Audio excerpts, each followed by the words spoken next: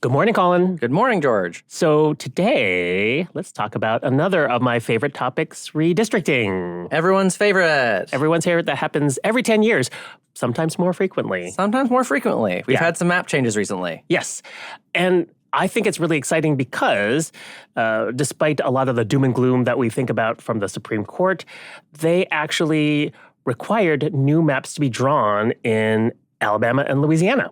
And this is the first time since probably Reconstruction that African Americans will be able to elect a candidate of their choice for their congressional delegation, despite being about a third of the population in both of those states. And at the same time, over in North Carolina, their state legislature recently just redrew maps. So the 2024 elections will be based off of different political boundaries than the 2022 elections, and it's expected to further lock out Democrats and entrench the Republican Party.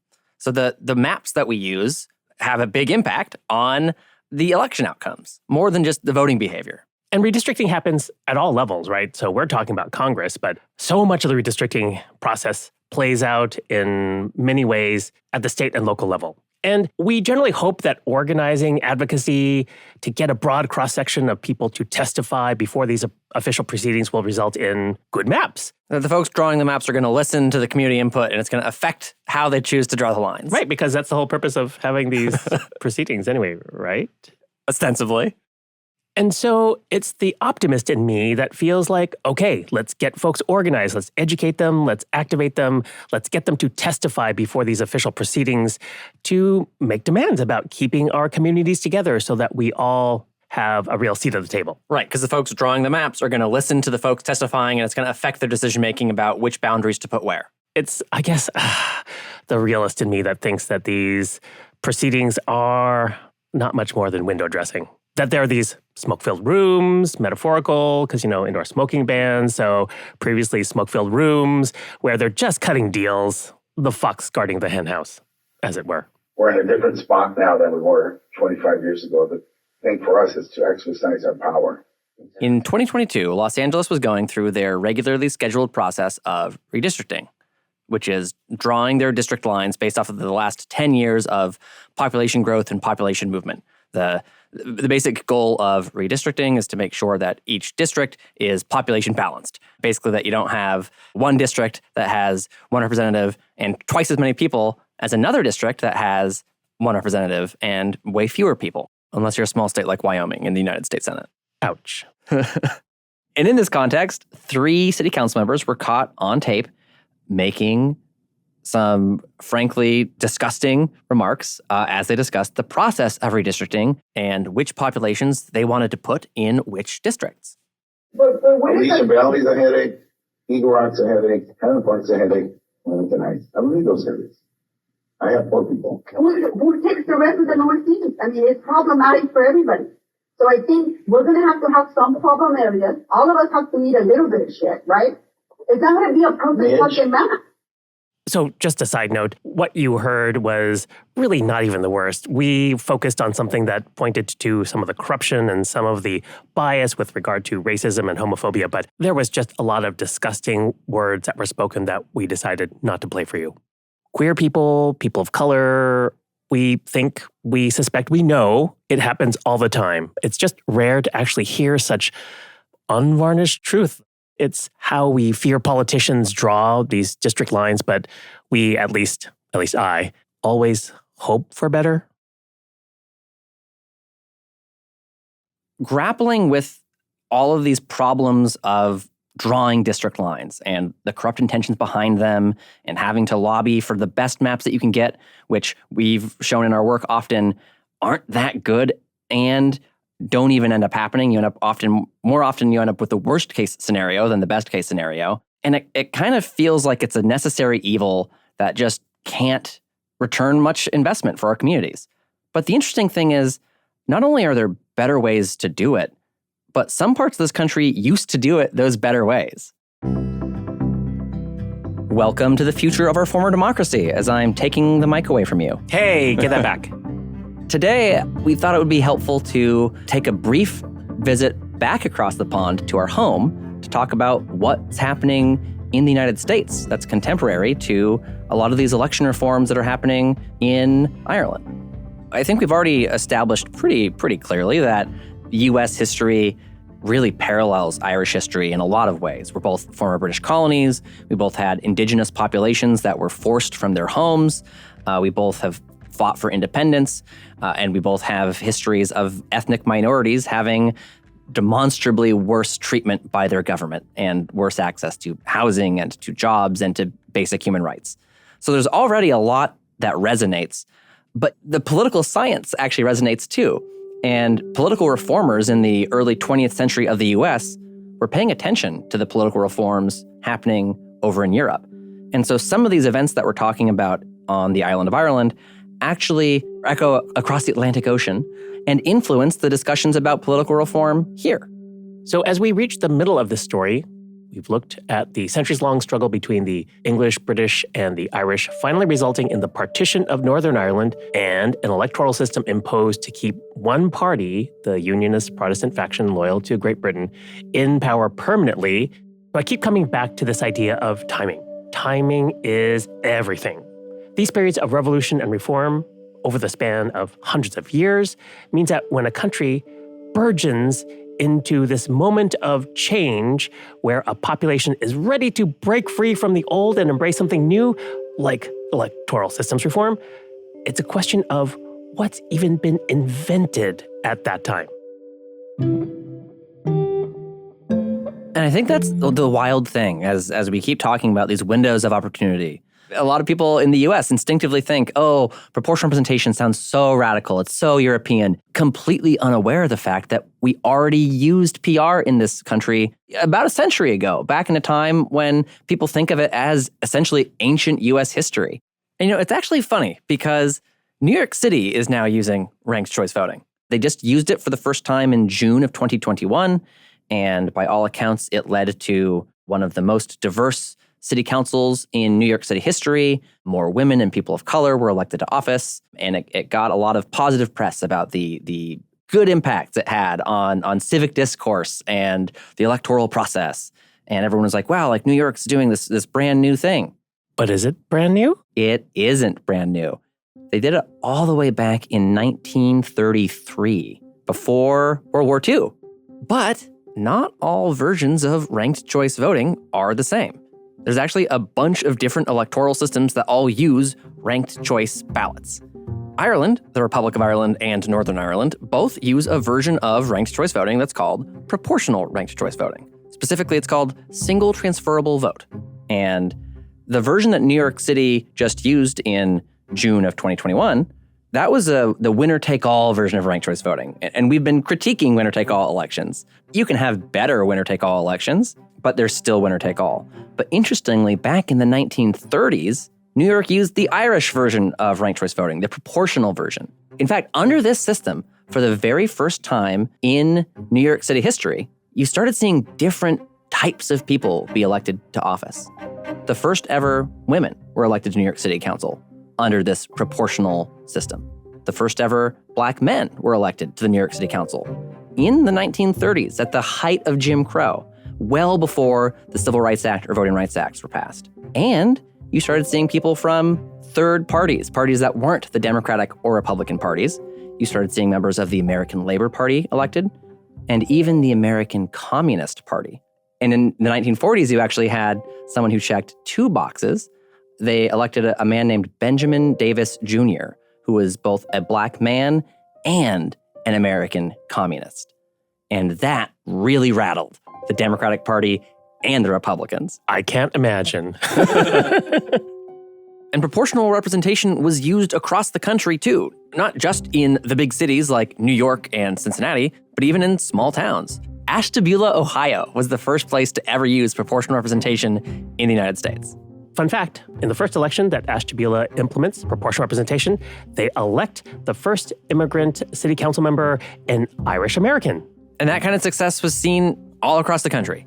It was used on the West Coast in Sacramento. It was used in small New England towns. And it was used so long ago that we now think of it as a European thing, even though it has such strong roots in the United States. It's almost as if someone wants to keep us from this history. Yeah, it really does feel like not just a forgotten history, but almost an erased history. And there have been these occasional moments where folks have pined for it in a way. The story is pretty common across the country. Basically, consistently, a minority of voters were able to win some seats under proportional representation across the country. People of color, women at the time, immigrants, especially in small-town Massachusetts, and members of third parties and fourth parties and communists. The powers that be really didn't like this, and they still had enough control over the levers of power in state governments and with the institutions of their political parties, their machines, that they were able to basically execute a decades-long plan to slowly take this away. And there have been efforts to get it back, but they've been so isolated and in such small pockets that, again, most people don't know about them. In 1988, there was a proposal to reinstate Cincinnati's version of proportional representation. And surprise, surprise, most of the white people in Cincinnati voted against reinstating this old system that led to the election of some of the first ever African Americans to the Cincinnati City Council. And most of the African Americans in Cincinnati voted to bring it back. And maybe it's part of just like the craziness of American politics, but if something happened in the 80s, at this point, it essentially is long ago history, and it's completely irrelevant to our modern conception of politics. It's like we have to overcome this collective amnesia. Exactly. There was a great op-ed in the New York Times back in 1991, where at this point, an old veteran political campaigner was sort of pining for what he called the golden age of the New York City Council, which was this period back in the 30s and the 40s when they used it. And he was describing some of the challenges with the current system. And it's kind of frustrating the degree to which what he says in 1991 may as well have just been said yesterday. He says, "The emphasis is on minority representation and diversity. Instead of tying itself in knots through frantic efforts to create minority districts, the city could use proportional representation to allow voters to support candidates of their choice without worrying about which side of a line they were living on. Look at the Asian community, which is divided among several districts. They are 7% of the population in the city, but they have 0% representation on the council. This would be a way to almost ensure them representation." The author goes on to say, and I'm going to quote a quote that quotes here, so stick with me. The author of this 1991 New York Times op-ed goes on to quote Mr. Stern of the Nonpartisan Citizens Union, and again, this is 1991, who described proportional representation as being in a, quote, deep slumber. That description of proportional representation really resonates with me. It has existed across this country, and it has worked. It's just in a deep slumber, and it's time for us to wake it up.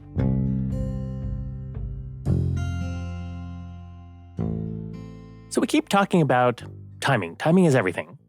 In the U.S. case, it's interesting because this question of minority representation becomes a much more salient issue in the U.S. after the Civil War. And at that point, mid-1800s, a lot of the sort of solutions that we're exploring in this podcast on proportional representation either aren't invented yet or aren't well known. There's not really much emphasis placed on power sharing or minority representation. There's a desire to, limit conflict and keep the union together, the U.S. Union. But that's kind of it. Meanwhile, when you get to this period that we're talking about in the 1920s and 1930s in the U.S., there starts to be more awareness of the fact that we're in water. Part of this is because folks in the U.S. are paying attention to other countries and their electoral systems and reforms and discussions that are happening elsewhere. And because of that, folks in the United States are able to start thinking bigger and thinking about different ways of being. At the same time as these U.S. cities are experimenting with these radical reforms for the first time ever, the same thing is happening over in Ireland. And this is just 10 years after Ireland's revolutionary period and the partition of Northern Ireland. I'm glad that you mentioned Northern Ireland, because when we get to this point, 1930s and 40s, those in power, the British loyalists, Ulster Unionists, Protestants, they actually leapfrog us in terms of their sophistication, their ability to manipulate the rules and effectively subjugate the Catholic Irish community in Northern Ireland. So how do they do that? In the U.S. at this point, we're already gerrymandering and redlining. What are they doing that's so advanced in the north of Ireland? First and foremost, because at the time of partition, there was an agreement that Northern Ireland and the Irish Free State would both use proportional representation, single transferable vote for 2 more elections. At like a minimum, like we have to do this. At a minimum. That was just like the agreement. The Ulster Unionists pretty much said, okay, as soon as that's over, we're done. Goodbye. Let's move on, because they understood that given their size, that they were a majority, not a huge majority, but that with a winner-take-all system, they could effectively manufacture majorities for the next generation. Not only did they understand that for their purposes, a winner-take-all system would create a huge advantage for them, there was another threat. It was not the Irish Catholics, because recall that the process of partition gave the Unionists a supermajority. Right. They picked the counties of Ulster that they wanted that would guarantee that they would have the ability to win. Right. But something else happens in the 1920s that starts to begin like a freak-out process in Northern Ireland, and that is the rise of socialism. Uh-oh. Class consciousness, make it stop. And so, right, not only is there the Bolshevik Revolution happening in Russia, now the Soviet Union, which topples the Tsar, and now you have a huge socialist, communist country, you have the rise of labor movements in a lot of these European countries. And so in Northern Ireland specifically, there is the rise of the Northern Ireland Labour Party. And how is, obviously they don't like socialism because they're capitalists, but how is the Northern Ireland Labour Party a threat to the Ulster Unionists? Belfast was a hugely industrialized city and one of the biggest in the United Kingdom at this point. You know, they have this long history of linen production moving into shipbuilding, think Titanic. And so you have a lot of working class people working in factories who are Protestants, but who are not necessarily benefiting from all of this industrialization. With this rising class consciousness, the more conservative Ulster Unionist Party sees that here are some brethren, these historically Protestant communities that are very working class, that maybe not benefiting from the system, that might be swayed towards the Northern Ireland Labour Party, who is not so focused on this question of should we be in union with Great Britain or rejoin Ireland. They're more focused on better wages, better working conditions, more housing for the working class community. So they need to find a way to shut this whole thing down. Make sure that the Northern Ireland Labour Party cannot throw off, their ability to have uncontested power. It was all about going back to a winner-take-all system because, remember, winner-take-all systems polarize us. And their ability to essentially make the question of unionism the most important question, really the only question, all the other questions in politics become very secondary, tertiary. So this is a way to say, let's just focus, let's force people to pick a side. It's A or B. Are you with us or are you against us? This actually, unfortunately, feels kind of familiar to modern America, where it feels like often you don't have the luxury of having a nuanced opinion about, say, public health care or tuition expenses, how we're paying for public colleges and universities, whether you support a progressive Democrat like AOC or someone more at the center like, Hakeem Jeffries. Instead, you have to pick, do you support the Democrats or the Republicans? You don't have the luxury of thinking deeper because what if the other side wins? Absolutely. Are you with us or are you against us? And so we have this moment where overall there are a lot of people who are wanting to join the Northern Ireland Labour Party. Their numbers start to increase in terms of people who vote for them. However, that doesn't really translate into a lot of political power. Because under a winner-take-all system, if you're not the most number of votes in a particular district, if you're 25% and the winning party has 40%, you still get nothing. And so after a while, gosh, it's really hard for any upstart political party to get a real toehold if election after election you start creeping up, but you hit a wall of like 25, 30%, and you still get virtually no seats and no political power. not to invoke election math here, but this is sort of the concept behind Duverger's law, that under a winner-take-all system where to be viable, you need to have a chance to get 50% plus one of the vote. As soon as there's a third choice, all that does is make it harder for your community actually to elect candidates. Yeah, and as an organizer, how can you keep going back to houses and say, vote for us? And people who live there say, well, I tried that and that didn't do anything. Right. I voted for Jill Stein. It didn't work. I didn't, by the way. That was a hypothetical. And so we have this situation where over the course of a number of elections, after the shift back to winner take all, yes, we see a rise in the number of candidates and more people voting for the Northern Ireland Labour Party, but it has no impact in terms of who has political power. This is still part of the time where the Ulster Unionist Party has complete and utter control, unchallenged for literally 50 years.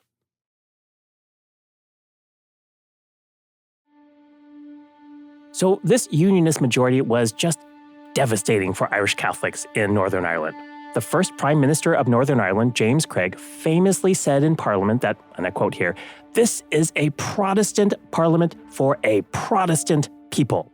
The next unionist Prime Minister, Lord Rookborough, instructed people not to hire Catholics, saying, quote, "Many in this audience employ Catholics, but I have not one about my place. Catholics are out to destroy Ulster." At times, up to 75% of Catholics in Northern Ireland were unemployed. In addition to massive job discrimination and general suppression of traditional Irish culture, there was also rampant housing discrimination. And housing was actually given out on a sectarian basis, meaning nicer houses were given to Protestants, worse substandard housing was given to Catholics. Catholic families were crammed together in these neglected neighborhoods, and Protestants were spread out in a way that amplified their voting power. All of that is bad. On the one hand, it sucks just from a living perspective to live in a worse house in a worse neighborhood that has, worse outcomes. And the double whammy is you have worse political outcomes, and your ability to elect people who can change the circumstances of your life is diminished. It's very expensive to be poor. And Catholic. So that sounds similar to what I think we often hear about happening in the US. The packing and cracking of communities of color in the redistricting process. That's gerrymandering. That's the exact same thing. Putting your voters where they would help you the most, and those who would vote against you where they'll do the least harm. And I think we've said this before. Unfortunately, gerrymandering really is one of our great American exports. And I mean that pejoratively, but they learned a lot of those techniques from us and then perfected them. You're welcome. Sorry. The other thing I want to make sure that we note here is that typically when politicians are looking to gerrymander voting districts to manufacture majorities and therefore outcomes, they draw boundaries on a map. And they deliberately manipulate where and how to draw those lines to get the outcomes they want, to predetermine the election results before anyone ever casts a vote. But in Northern Ireland, they actually had a legal mechanism to make that even easier. Instead of drawing political boundaries, they drew neighborhood boundaries. Instead of manipulating lines on a map, they were able to manipulate the realities of where people lived. And that, my dear, is called social engineering.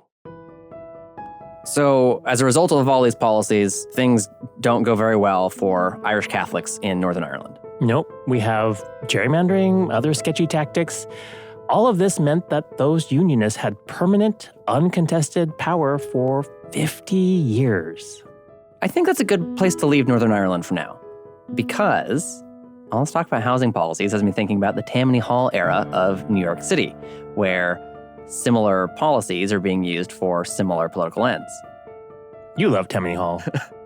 In the late 19th century, early 20th century, New York City Council was famously corrupt. It was referred to as being run by the Tammany Hall machine, Tammany Hall being the New York City Democratic Party headquarters, because they had such a lock on the political system. They really were in full control of the New York City Council. And it was very obvious that it was a Democratic Party-controlled New York City Council. So it wasn't just people who were elected that happened to be Democrats. It was the Democratic Party institution itself was sort of determining the governing priorities of the city council on a day-to-day basis. The political machine of Tammany Hall did some very interesting things in order to build political power. They incorporated a lot of immigrants into our political system. To build their political power, they gave out patronage jobs. They set up polling locations in immigrant neighborhoods. They sponsored housing projects to encourage participation in the political process. And all this was done in sort of a, okay, I scratched your back, now you need to scratch mine sort of way.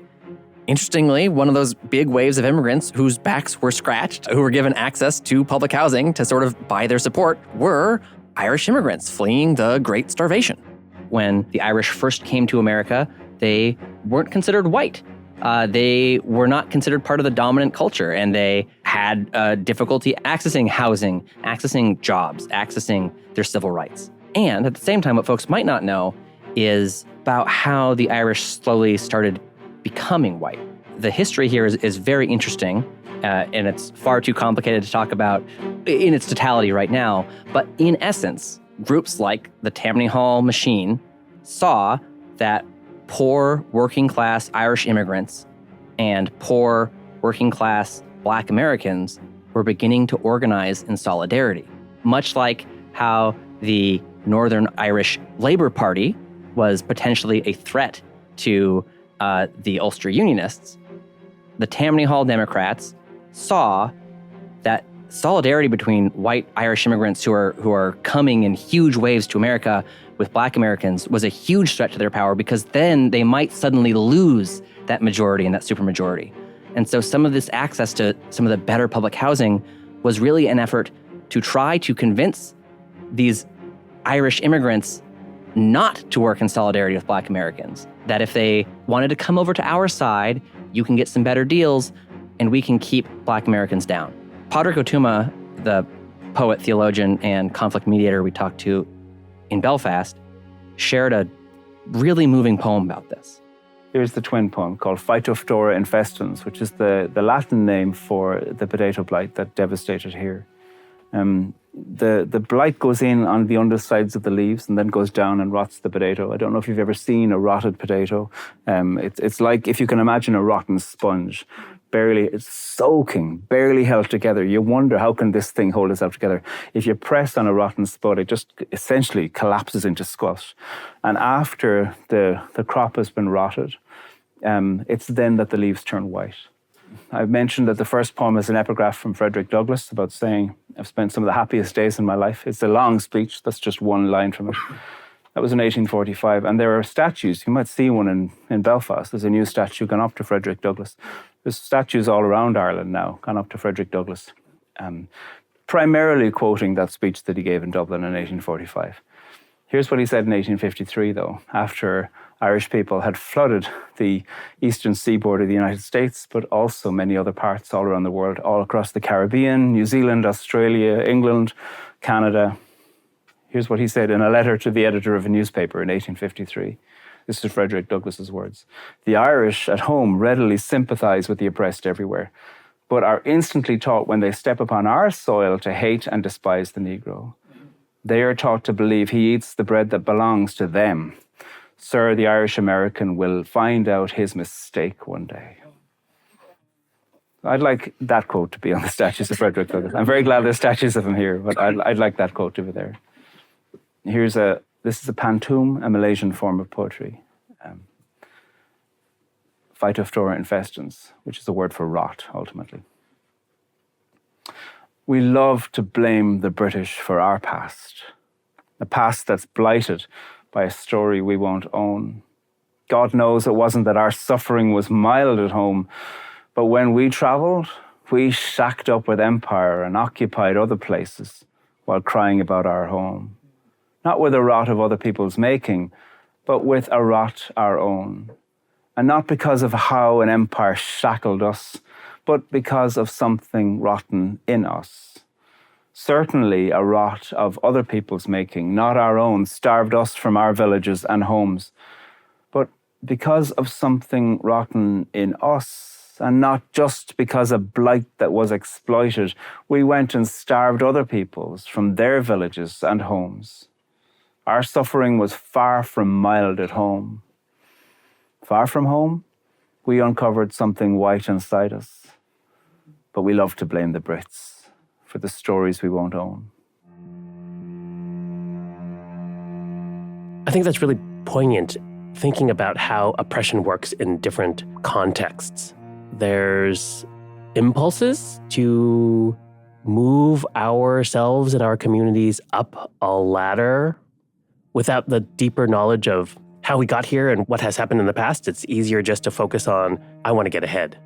I think a lot of folks know that, when the Irish came to America, they weren't considered white. There was discrimination. You had signs that said Irish need not apply. And I think a lot of folks, particularly white folks, think that, they sort of worked their way through that and they climbed up the ladder and earned respect and whiteness. And I don't think a lot of folks realize that that's not what happened. It wasn't that they were, that the Irish were such hard workers that they overturned the discrimination against them. It's that they were brought into a system to disenfranchise others and to break up worker solidarity. I think that's a really important part of the story. You've reminded me of an Audre Lorde quote I'd like to read about these holding multiple identities at once. Audre writes, "Somewhere on the edge of consciousness, there is what I call a mythical norm, which each one of us within our hearts knows, that is not me. In America, this norm is usually defined as white, thin, male, young, heterosexual, Christian, and financially secure. It is with this mythical norm that the trappings of power reside within society. Those of us who stand outside that power often identify one way in which we are different, and we assume that to be the primary cause of all oppression, forgetting other distortions around difference, some of which we ourselves may be practicing."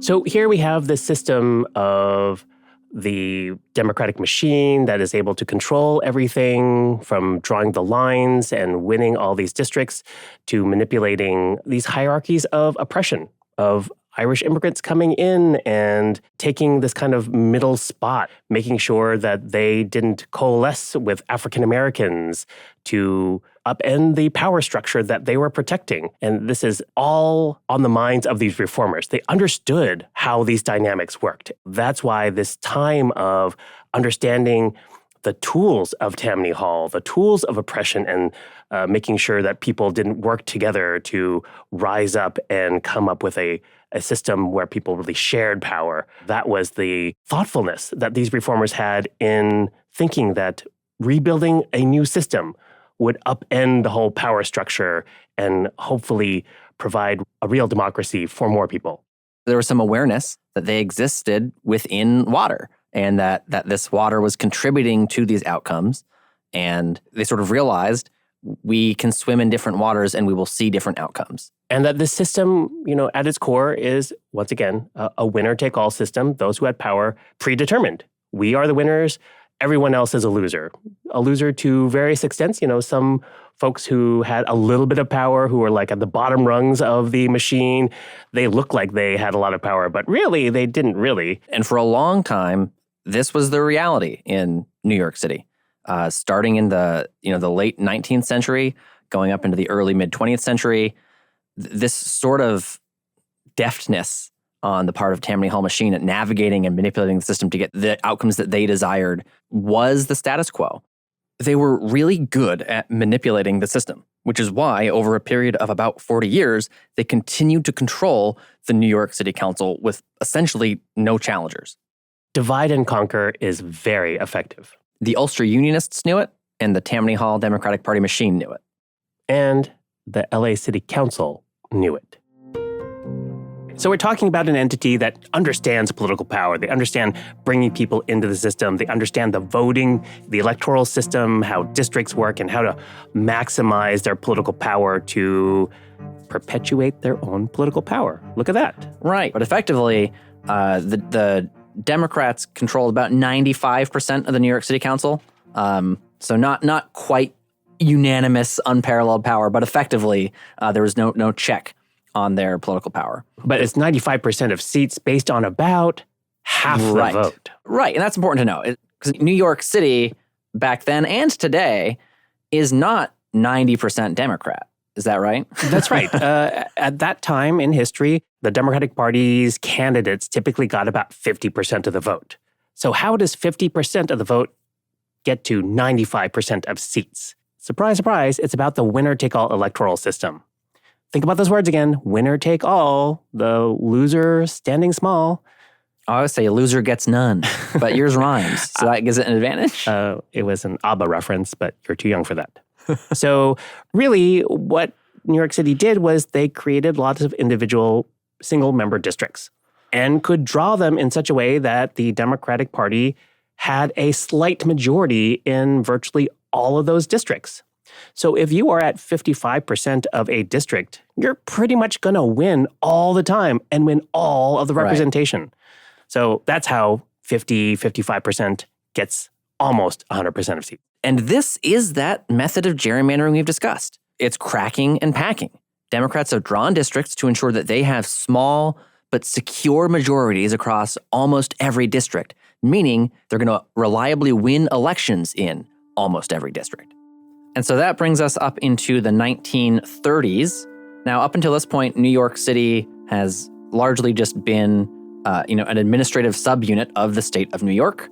There is a push to let New York City have control of its own charter and engage in self-governance. The city charter is a lot like a nation's constitution. It's their formalized list of powers and responsibilities and authorities, and they wanted to be able to set their own rules for themselves. Right. And in 1933, we have this major earthquake. The machine doesn't win all the time, and sometimes reformers are able to create an opening. Wedge their way in there. So in 1933, Fiorello LaGuardia, as a reformer, gets elected as mayor of New York City, defeating the main Tammany Hall candidate. LaGuardia sounds like a name I've heard before. Well, yes, LaGuardia Airport. So they're paying homage to one of the great reformers in New York City. The stars align during this period.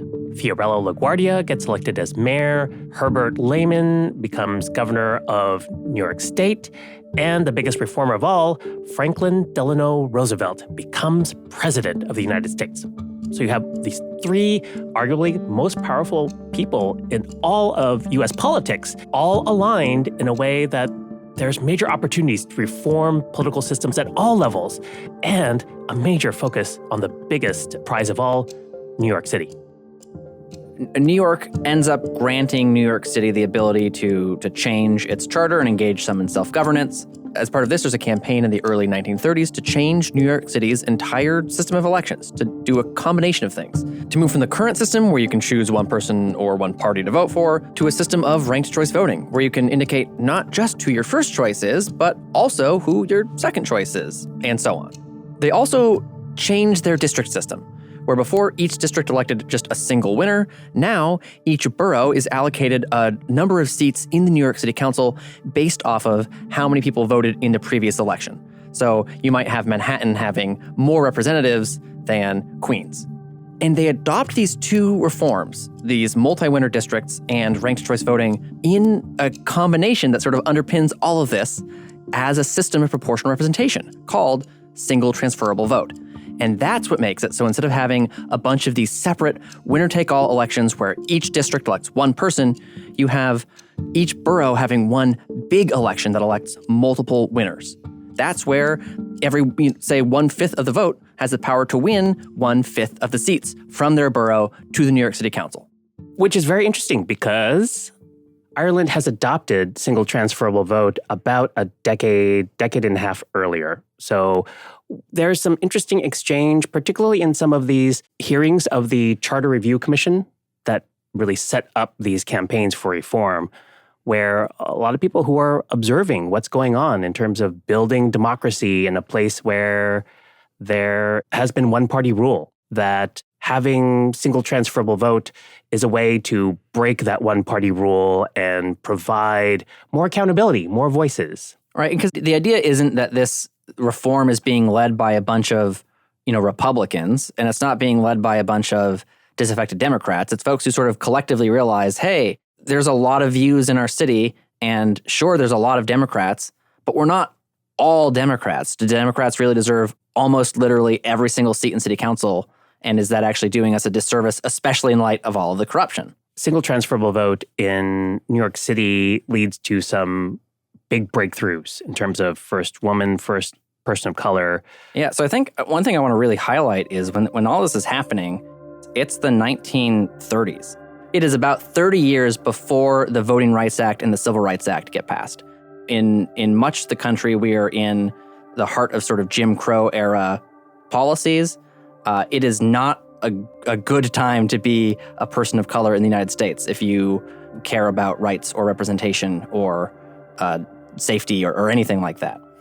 And as it happens, there are a lot of people of color in New York, but because their access to vote is so restricted, because so few folks are actually able to vote, because there's very few neighborhoods where people of color are in the majority, there are just a lot of folks throughout the city, they're almost never able to clear that majority threshold, that 50% plus one, to be the largest single group in any single district.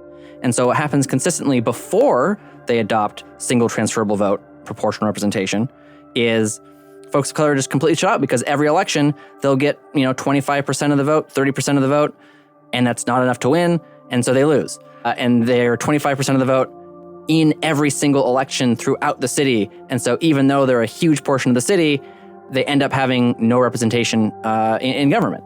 And when you move to this proportional system, what we find in New York City at this time, as well as all those other cities that used it, is that proportional representation and single transferable vote sort of deliver on that promise. You do see people of color able to win election because although they're not the electoral majority in any one district, there's enough people of color that they deserve some representation.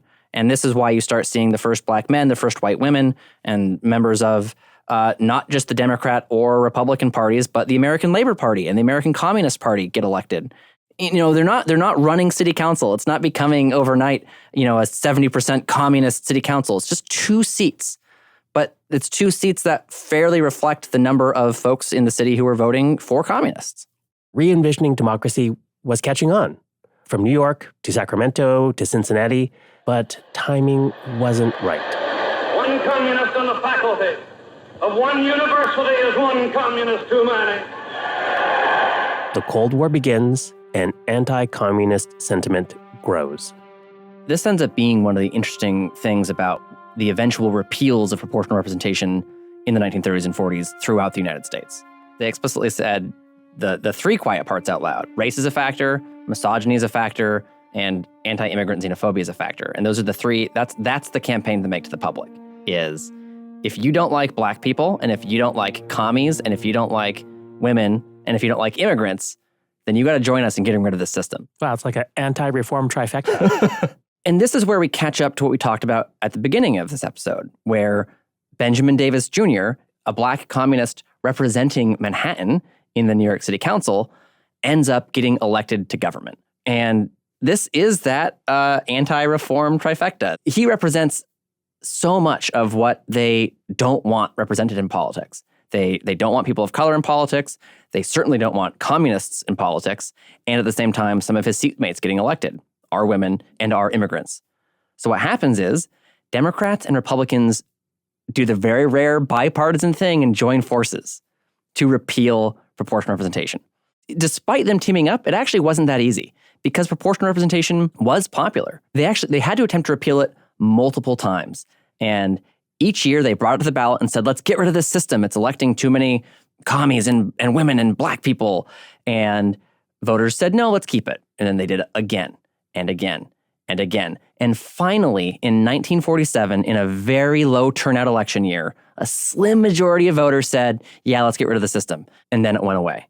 And ever since, New York City Council, which for this brief period of time was a multiracial, multi-party democracy, has returned to essentially being run and ruled by one single party for the last 70 years. And the same thing happened in Northern Ireland. After they got rid of proportional representation, single transferable vote, they went into 50 years of one-party control. Parallels, right. Across the country, in places like Massachusetts, in Ohio, in West Virginia, in Minnesota, in Oregon, this same story essentially played out. Because history repeats itself, I'm sure that when we make major changes to our electoral system, for sure, the knives are going to come out. But I just have to have some hope, some faith that we're in a different place now, that we know more, we have more options, and timing seems more right, that the efforts that we make today, in this future, that it wouldn't be so easy to repeal. So all the cities in the United States that had experimented with proportional representation end up repealing it during this period of backlash, with the lone exception of Cambridge, Massachusetts. The fact that we had a couple dozen cities adopt proportional representation during the progressive reform era, but because of, once again, timing of the Red Scare, anti-communist era being at the right moment for a backlash to basically wipe away all of that progress. And that backlash lasted so long. Even during the civil rights era, where we're debating lots of different things, we are not debating electoral system. But we have to remember, these structural changes happened in big cities, and it had huge consequences. So rather sad that the backlash was just so strong and so complete that we have these blinders and can only largely point to Cambridge, Massachusetts as the toehold for forward-thinking electoral systems. And since that point, proportional representation has largely been in that deep slumber here in the US until recently. Cambridge, Massachusetts is the only remnant of that progressive reform era, but there is a new standard bearer, shall we say. Here we go, drumroll please. that might be looked back on 100 years from now as the beginning of the new movement towards proportional representation in the United States. Cool. Where's that? It's work that's currently happening in Portland, Oregon. The Rose City. I love it. We are going to be implementing our first election using single transferable vote proportional representation in this November 2024. Our colleague Jenny Lee from the Coalition of Communities of Color in Portland, Oregon, talks about the significance of proportional representation as a way to build political power for communities of color in that city. We are a city where there's no way you can really draw lines, where there's one ethnic, cultural, or racial majority. People are dispersed throughout the city. We have a diverse community, but populations are relatively small compared to a lot of other cities. By being able to gather data and information and have support in the analysis, we landed on single transferable vote as the system where we expected the best outcomes in terms of communities of color being able to elect candidates of their choice. So we were really successful in building a broad coalition, drawing on a number of BIPOC, labor, small business, and other organizations to come together and win that election. So despite opposition from some powerful interests that we can expect their level of influence may change, we're really able to bring a much more democratic reform to the city of Portland. And it is really exciting because we will be the first city in many decades in the U.S. to implement this.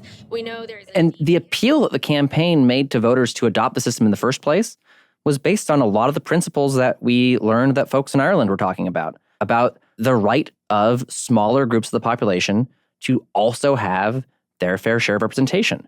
This worry that certain groups are feeling left out and that is driving this bitter polarization in an us versus them society that isn't good for anyone. And Portland, in many ways, is going through a version in miniature of, what the Republic of Ireland did 100 years ago and what Northern Ireland did 30 years ago. We know there is a deep history of proportional representation, single transferable vote in countries like Ireland, where we're able to learn from that and figure out how to make this next election a success. We were able to work with them to sort of prove that. We helped stress test it. We helped them test different configurations of Portland City Council to see how it would work if instead of 5 people, it elected 7 or 9. We helped test different configurations of district maps of proportional representation. And no matter how we drew those lines, it was never going to be possible for communities of color to elect their fair share of candidates under any winner-take-all system.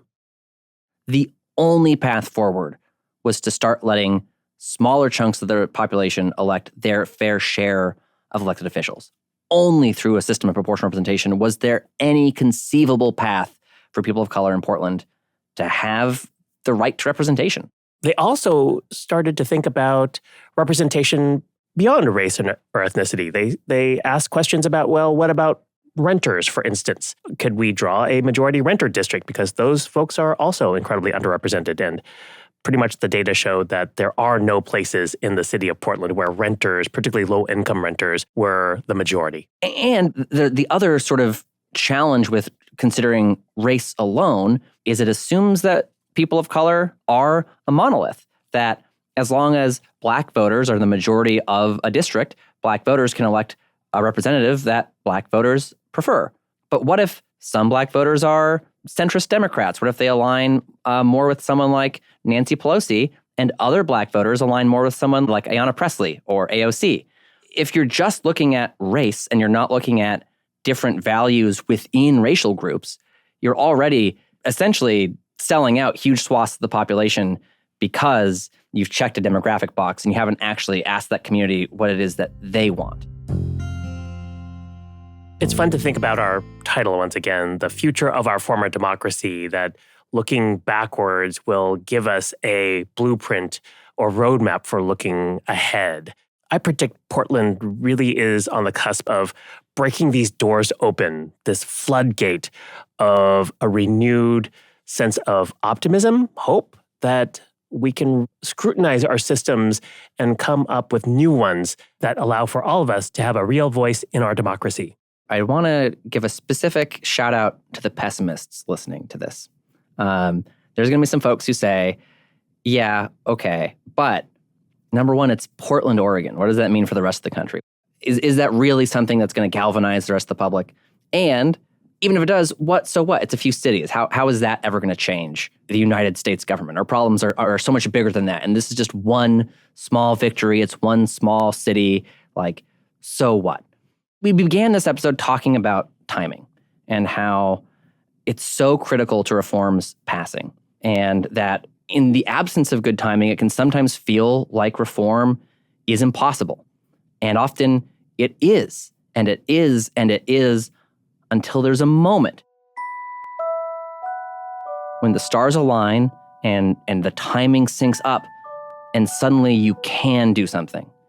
If you talked to your average American politician in the 1950s about the policies that were baked into the Civil Rights Act of 1964 and the Voting Rights Act of 1965, people probably would have said that that was impossible. A lot of them would have said that that was impossible. If you would have talked to folks about marriage equality becoming the law of the land in 2007, when both Barack Obama and Hillary Clinton were on the record saying that they thought marriage was between one man and one woman, people would have said, that's impossible. There's no way within less than a decade we're going to completely redefine what marriage is and have equality regardless of who you love.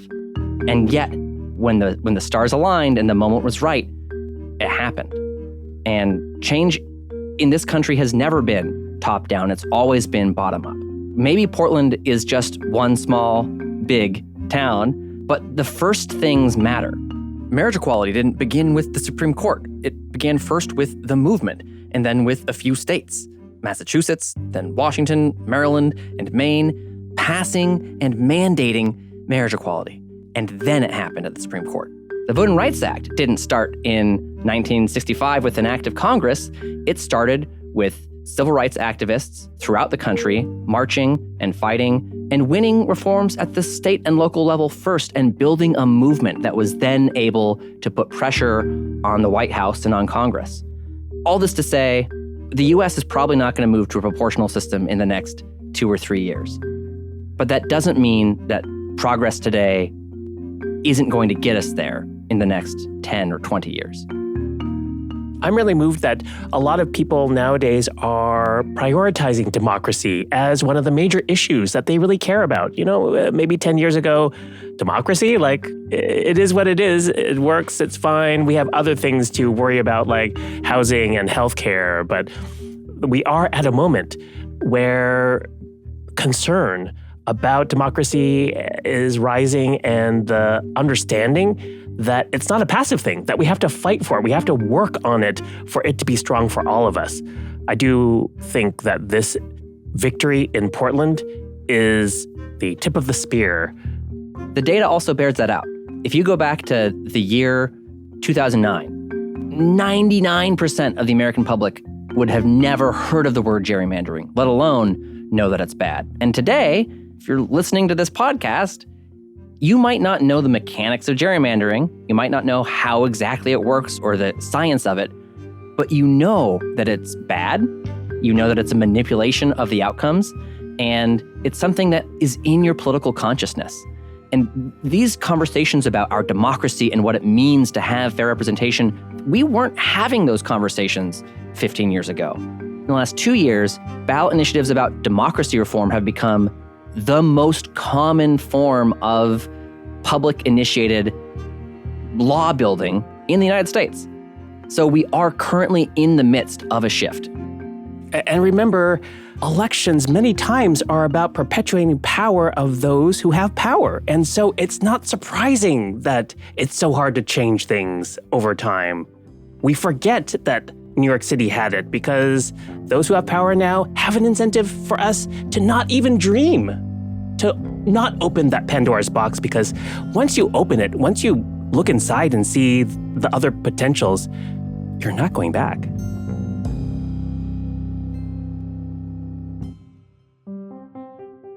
This podcast was produced by Large Media. That's LARJ Media. Maria Paleologos is our producer, editor, and showrunner. Creative direction by Tina Knoll. Sean Simmons, Chris Young, and Sid Gladieux are our sound engineers. Editorial and production assistance by Faith Embody and Joelle Knoll.